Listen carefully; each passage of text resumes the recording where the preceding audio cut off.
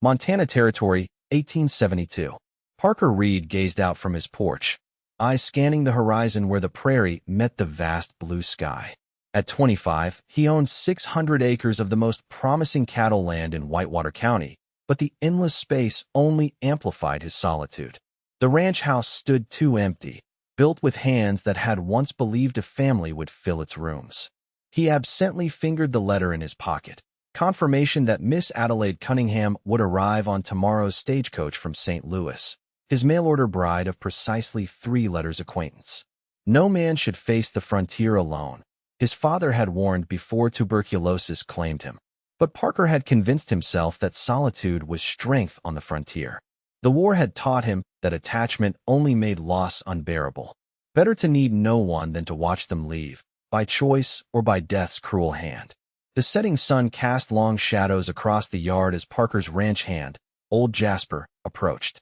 "Got the spare room ready for the lady," Jasper said, leaning against the porch rail. "Reckon she'll be pleased with what you built here." Parker nodded, unable to articulate the anxiety churning inside him. "Been alone so long, I wonder if I remember how to speak to a proper lady." "Well, you best figure it out by tomorrow," Jasper chuckled. "Unless you plan to court her with that scowl you wear when branding cattle." That night, Parker stood before the mirror, practicing conversation with his reflection. What did one say to a woman who had agreed to marry a stranger? The enormity of what he'd done, inviting a genteel Eastern woman into his rough life, struck him fully. He had built the ranch, secured his future, but a home needed more than timber and nails. It needed laughter and warmth, things Parker wasn't sure he could provide. The following afternoon, Parker waited at Whitewater's small depot, hat in hand, boots freshly polished. The approaching stagecoach kicked up dust visible for miles, and with each passing minute, his collar felt tighter. Miss Adelaide had described herself as 22, blonde-haired, and having a disposition suited to frontier life despite my city upbringing. The stagecoach rolled to a stop, and Parker stepped forward as the driver opened the door. A young woman emerged, but she wasn't alone. Behind her came a girl of about 10, then a boy of 8, followed by 2 smaller girls and a toddler boy clutching a worn stuffed rabbit. The woman stepped down, her dark auburn hair escaping from a practical bonnet. Her dress was simple but well-made, dusty from travel but clearly chosen for durability. Her face, with high cheekbones and a determined mouth, showed signs of weariness but held a quiet dignity. She couldn't have been more than 24. "Mr. Reed?" she asked, her voice stronger than her slight frame suggested.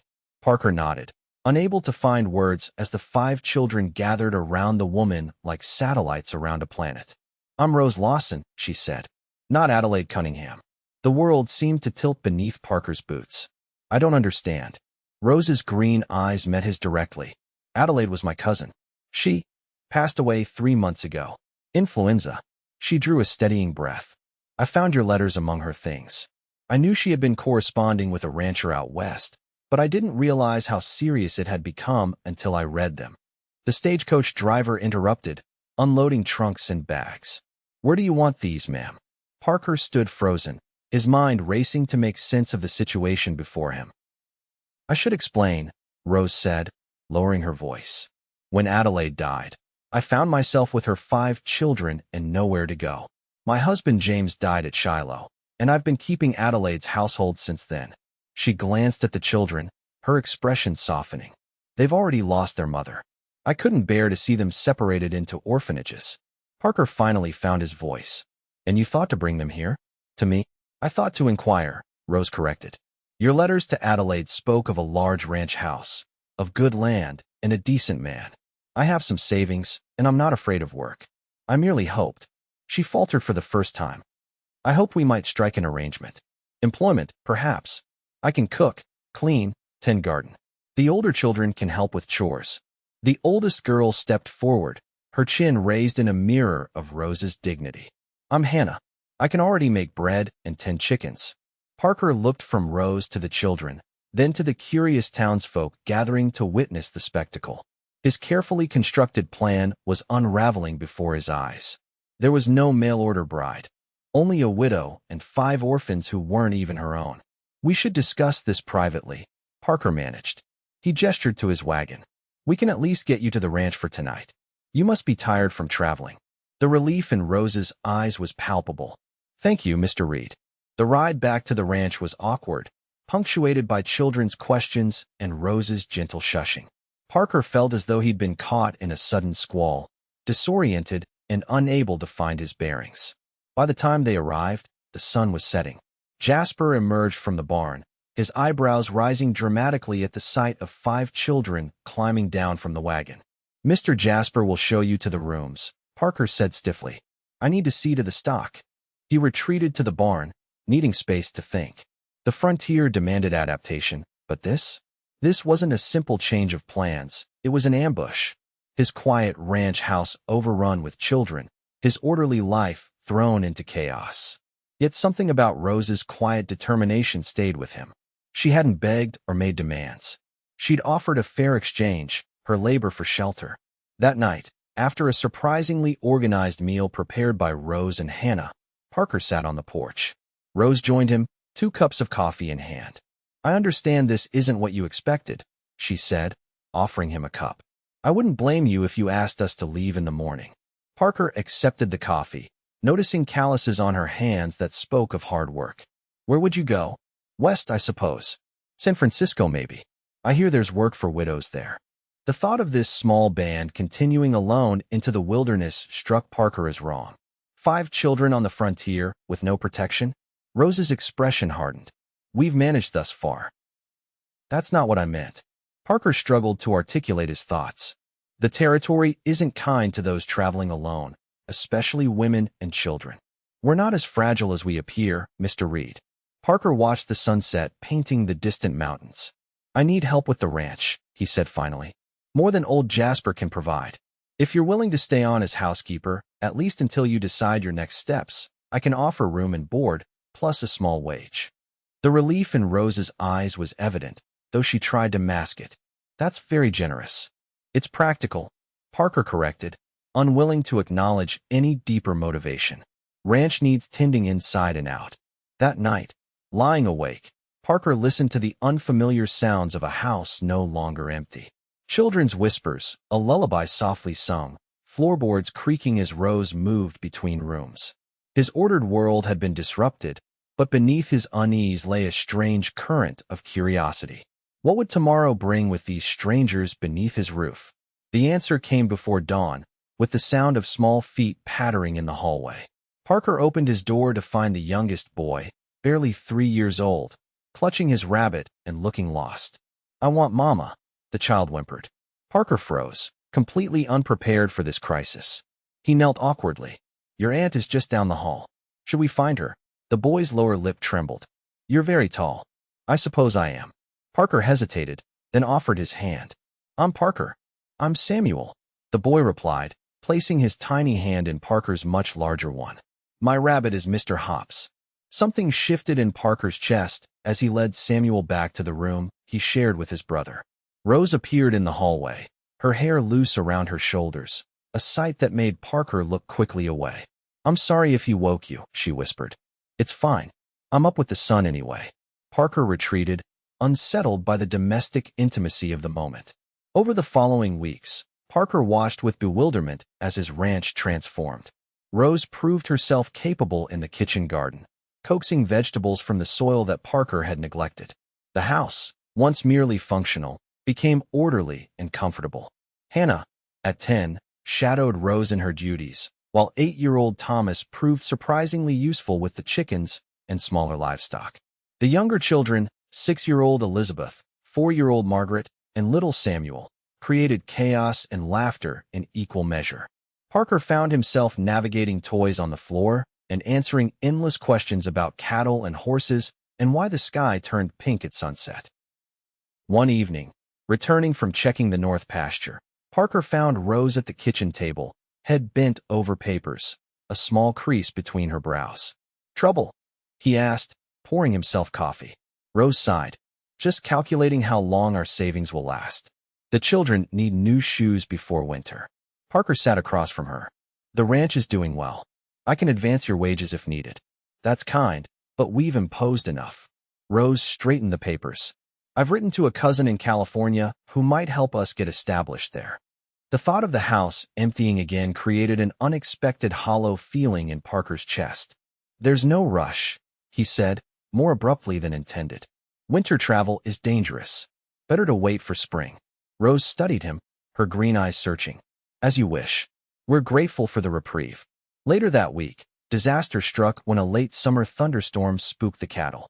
Parker and Jasper struggled to prevent a stampede, and Parker returned to the ranch house drenched and exhausted, a deep gash in his arm from being thrown against a fence post.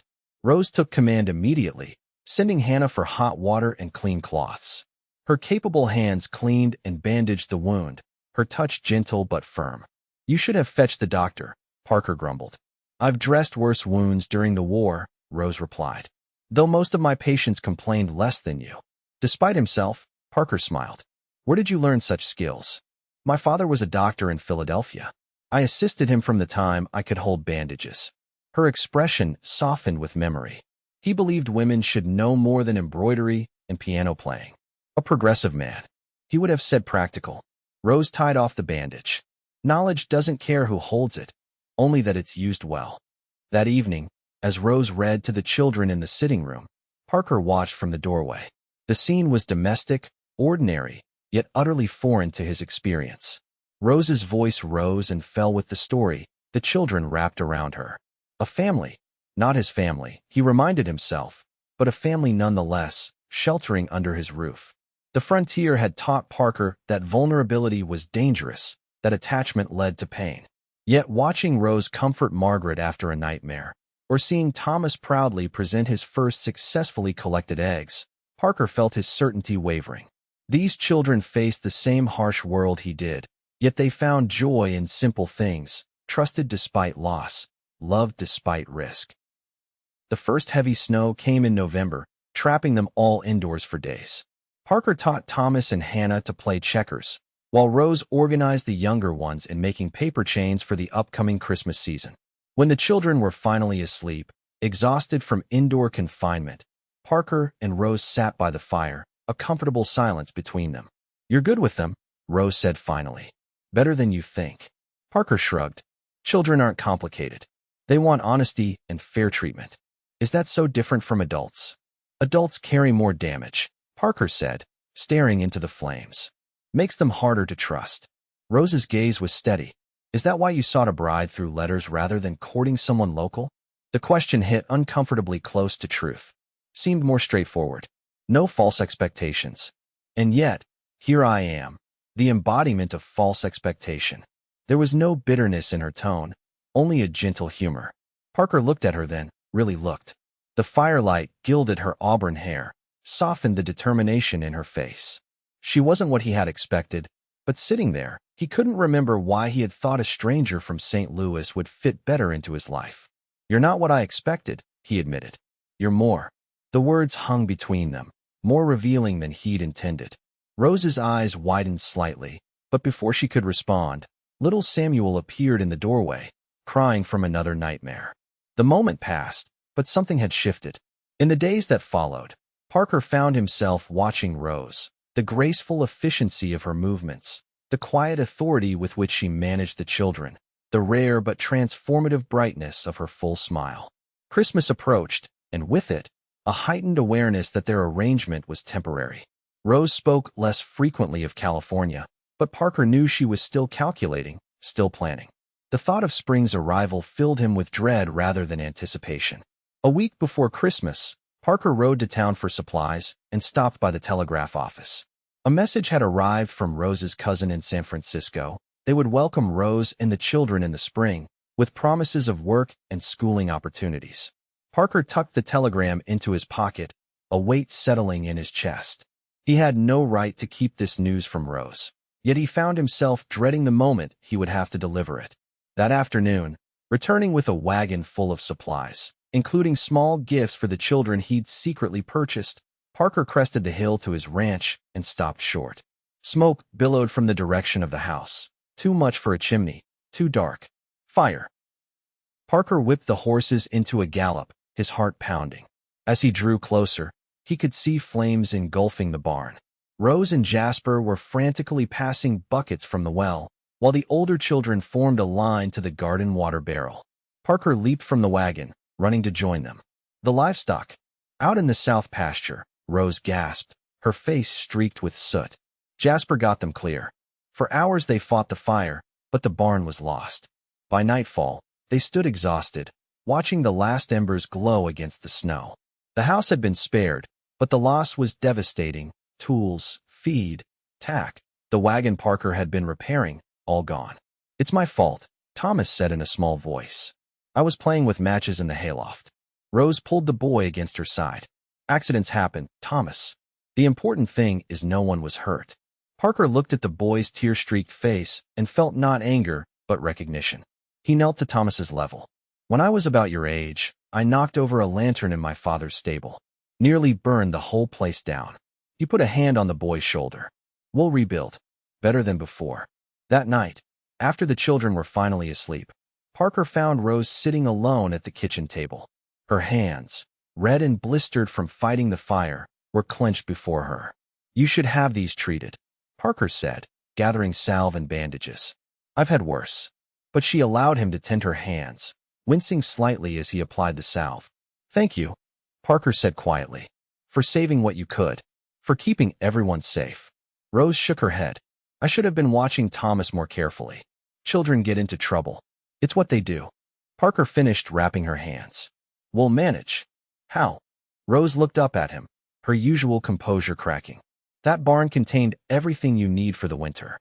The feed, the tools. I've faced worse setbacks." Parker interrupted.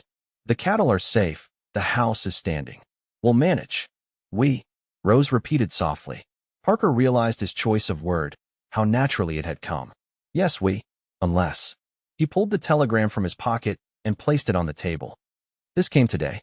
Your cousin in San Francisco."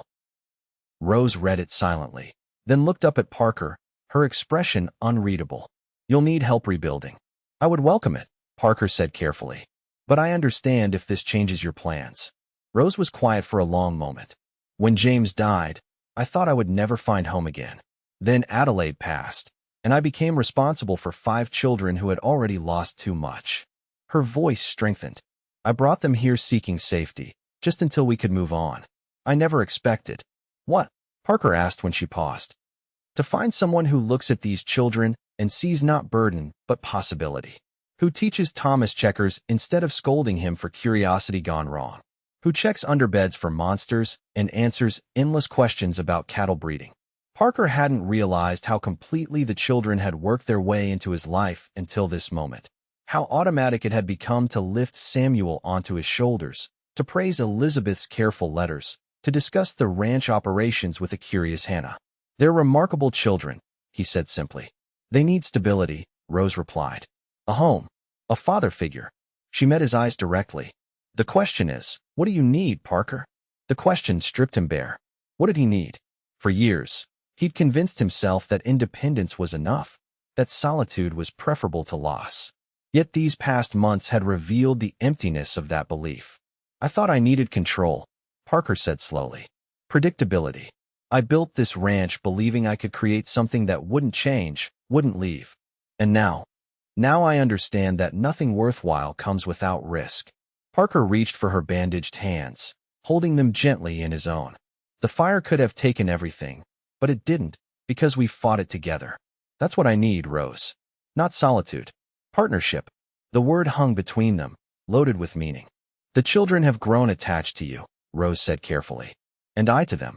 Parker took a breath, finding courage he hadn't known he possessed. "And to their aunt."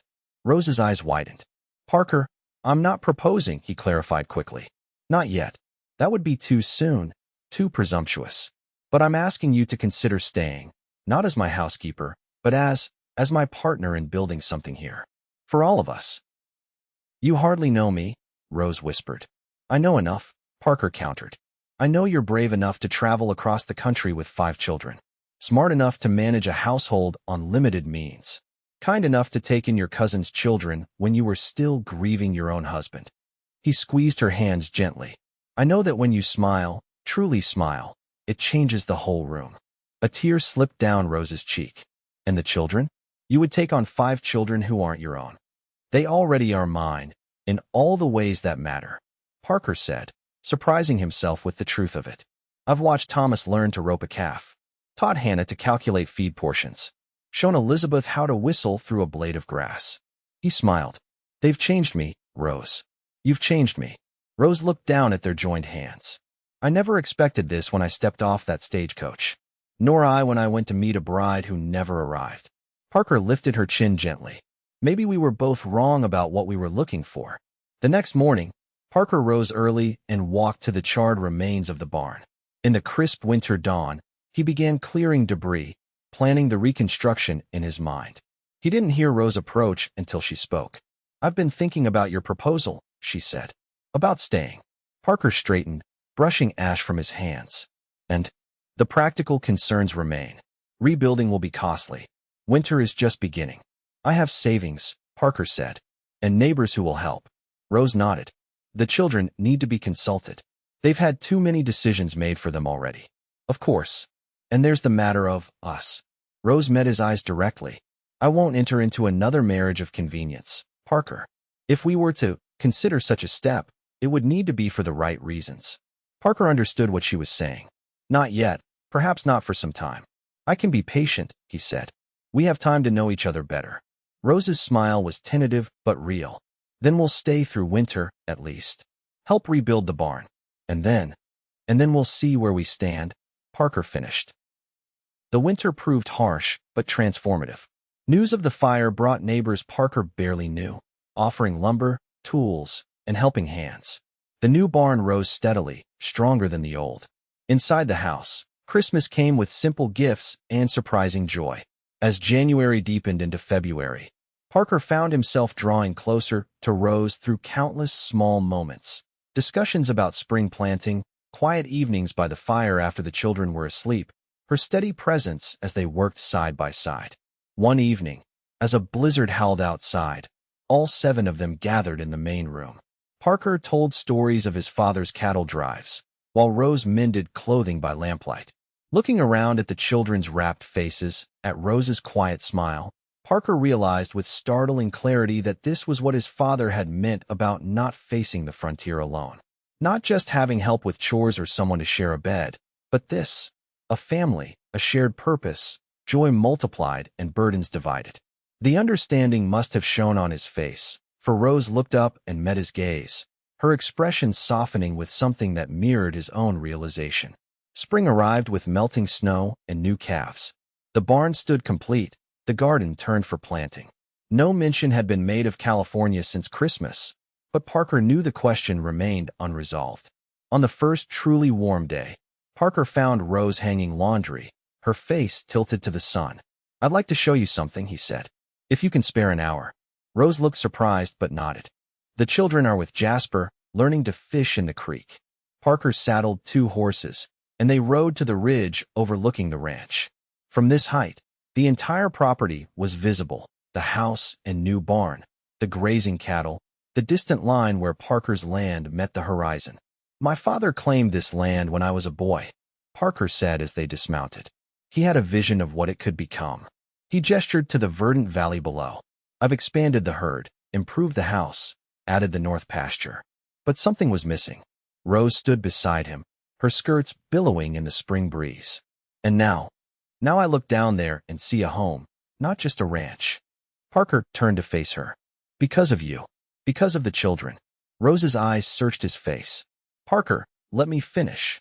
He took her hands in his. When you arrived, I thought you had disrupted my plans. I realize now you showed me a better one. He drew a deep breath. I love you, Rose Lawson. I love those 5 children as if they were my own blood. I want to build a life with you, all of you, if you'll have me. Tears welled in Rose's eyes. The children have come to love you too. And she swallowed. I never expected to love again after James. I thought that part of my life was over. And now, Parker asked, hope rising in his chest. Now I find myself thinking of the future differently. Rose squeezed his hands. Thinking of it with you. Is that a yes? Parker asked, hardly daring to believe. Rose's smile bloomed, transformative and real. Yes, Parker Reed. I believe it is. They were married in May, with the children as attendants and the entire county in attendance. The ceremony was simple, the celebration joyous. That evening, after the guests had departed, Parker stood on the porch with his new wife, watching the children chase fireflies in the yard.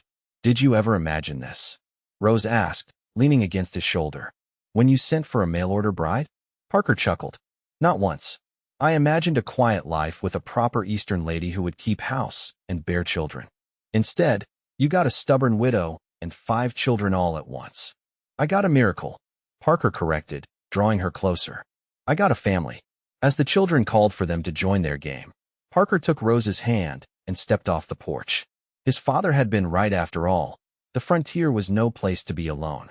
But with Rose beside him and the children dancing in the twilight, Parker knew he never would be again. The ranch he'd built to keep the world at bay had become something far greater, a home for hearts that had found each other against all odds, on the wild, unforgiving, beautiful frontier.